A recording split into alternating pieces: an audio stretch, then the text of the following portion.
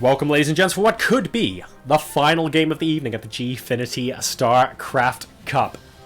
Spawning in the 4 o'clock position as the red Protoss player, currently up 1 game after the absolutely insane game we just saw on Bridgehead, which could easily have gone either way. I swear it was going Bly's way for quite some time, but this man, representing Team Millennium, managed to take home the point. It's Lilbow.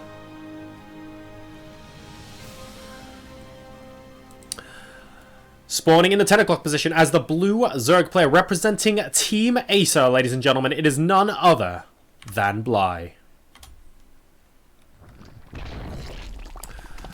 And I agree with that sentiment. I actually think Bly could have just stayed on his drone count in that last game, build units, and not leave. I mean, when you're playing against one base, you just need to defend against that one attack, and then you're okay. I completely agree with that statement. Let's see if Bly can take away from that game and feel reasonably okay enough to go ahead and take a victory in Game 2 and guarantee that this finals goes to an ace match. Ooh, 100 gas if you pick that up. No! You haven't played the single-player campaign. Okay. And... no. Really? Really?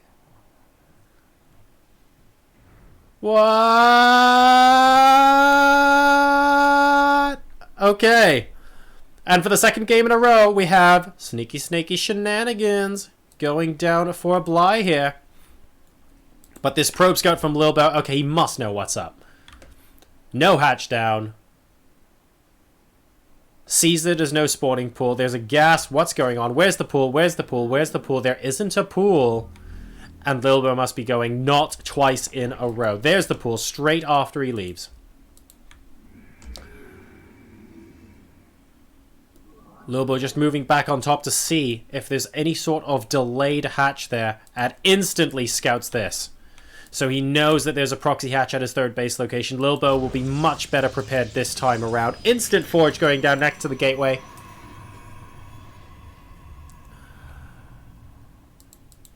And well, Lilbow obviously a player that Bly decided that these kind of strategies would work better against, and you know what? To Bly's credit, game number 1, I genuinely believe, coulda, shoulda, woulda, but didn't go his way. So Bly is calling this completely correctly.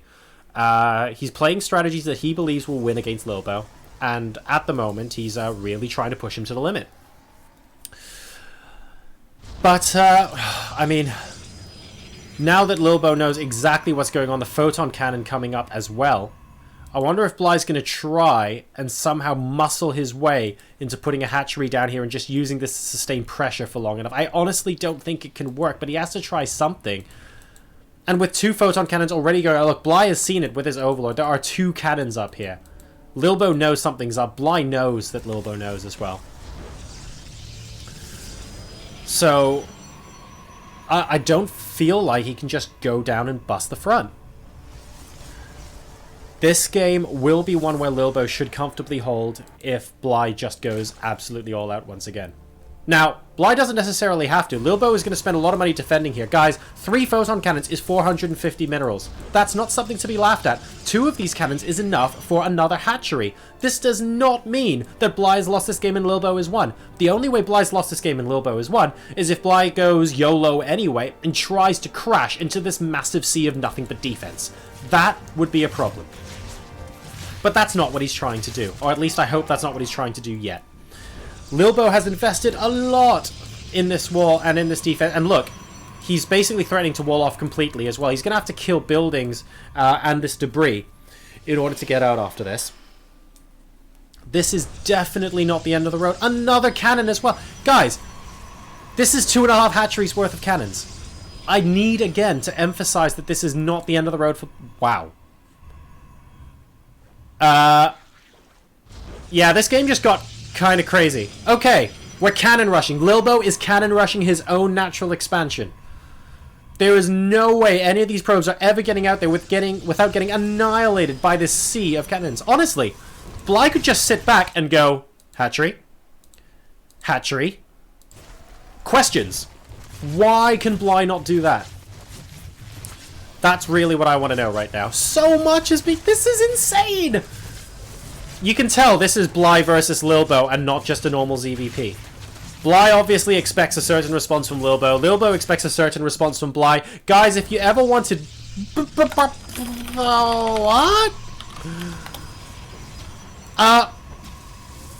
Has Combat X popped into this game? What is going on? Yeah, we're up to 8 cannons. That's a thing now. But the forge has gone down, so you can't upgrade the cannons. Okay, Bly. Drones, hatch. Bly. Cannons can't uproot. Bly, you'll be fine. Okay, right. We have a transition. We have Mutalisks. The Spire is coming down for Bly. I have no idea why... Lilbow is preparing for the apocalypse here. He's basic. You're absolutely right. This is... Lilbow's playing tower defense. I got nothing. Guys, I've been casting StarCraft for 3 years. I got nothing. What is going on? This is madness. This is actual madness. And an Overlord's coming here from Bly going, yup. Nothing in there. Yup. Let's take a look at this incredible army that's about to knock down 8 photon cannons. You ready? It's 10 Zerglings. There. That's the army. There is 1 photon cannon almost per Zergling. And this spine crawler is somehow doing so much. What the... Bah! This game hurts my head. Hurts my head so much. We have 5 sentries versus 10 Zerglings. I guess the sentries win that fight. And we have got a mothership core with photon overcharge. I think the mutas just... I mean, they either delay the tech so much they win the game for Bly. Uh-oh! Photon overcharge in the natural. Mutas into the main. And, okay, there are 4 stalkers. I don't think there are quite enough mutas to deal with all... Double Stargate. Picks off the mothership core. That's really well done. In exchange for 1 muta, 2 mutas. Gets a sentry as well. 5 mutas down. Let's keep an eye on whether double Stargates continue to complete. I really wish Bly got this hatchery a lot earlier. I really, really do. This game, I can't assume anything anymore. But stuff's happening and I don't know what. Oh, he needs to get out of there. He needs to preserve as many of these mutas as he possibly can. Nice pick off on the pylon. He's definitely not coming in this way. We've established that much. Fine.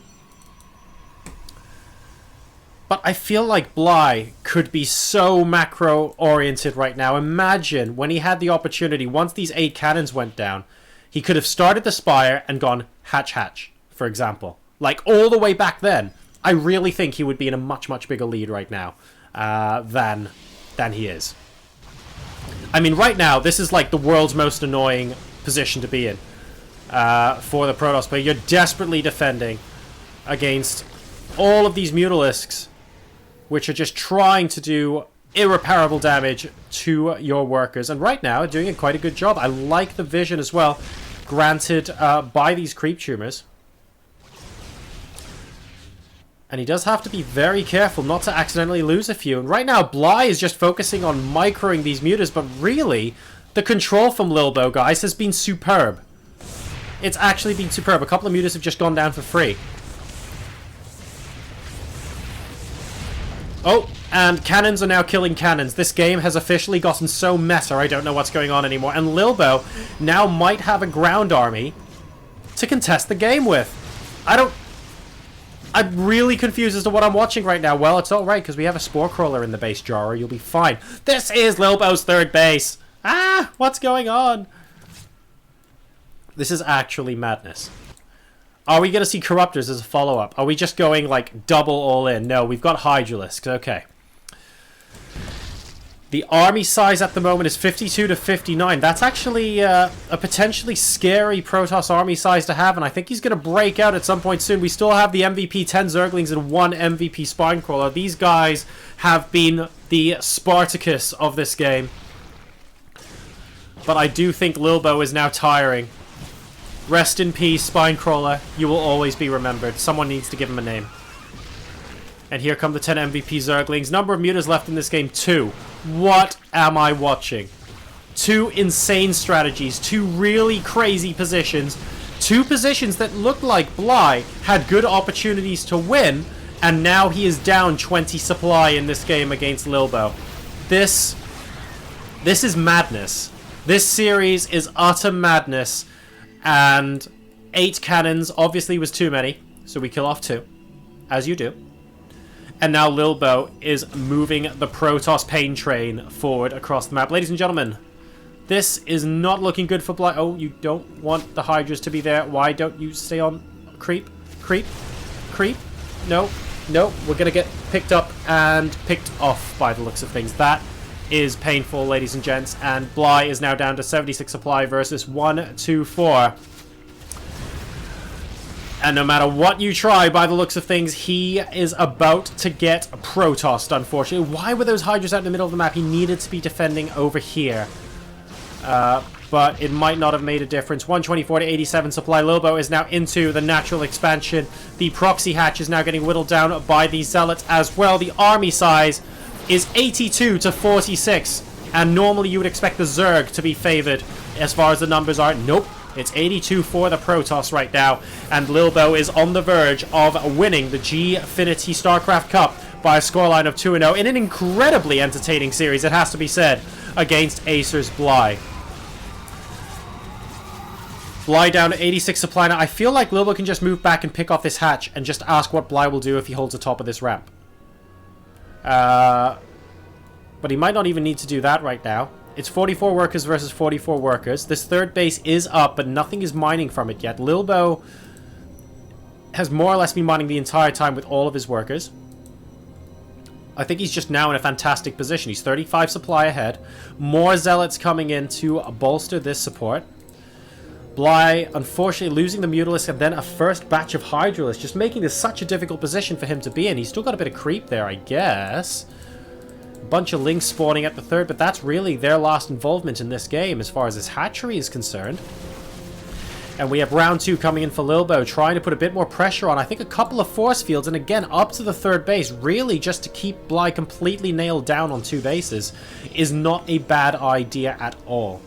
Bly's third is just completely defenseless right now. Oh, and picking off the Overlords actually might be fantastic. They are. Look at Bly, look at that supply block, it's 100 out of 70. That is huge. Absolutely huge. Bly's trying to come back into the game with Infestors. Good old Bly, 2-base Infestor. And wow, Phoenix is going straight up against Hydralisks. I guess this is a thing. A lot of blue going on there. A couple of Hydras do survive, but dearie me, this is the precursor to moving all the way into the natural. Bly pulling his drones as well, knowing that this might end up being the final battle. A lot of pickups coming in. Another round of Stalkers behind it as well. Bly drops to 60 supply versus 140. Lilbow now steaming through. Infestors get born, get picked up, get killed. That is their life right now. And Bly on sub 50 supply. Lilbow is steaming in. There is nothing he can do. And he will be the deserved champion here of the Gfinity StarCraft Cup. What an amazingly ridiculous series we had here, ladies and gents. But Bly, unfortunately, in his death throes right now, as Lilbow moves up into the main base, coming to terms with what happened. GG. He's throwing a bunch of games. He should therefore win something really big. Interesting logic there. We'll see if he's able to do it in another tournament. But as far as this one is concerned, Millennium's Lilbow, ladies and gents, takes the cake and eats it. He wins by a scoreline of 2-0 to take home the Gfinity StarCraft Cup. GG.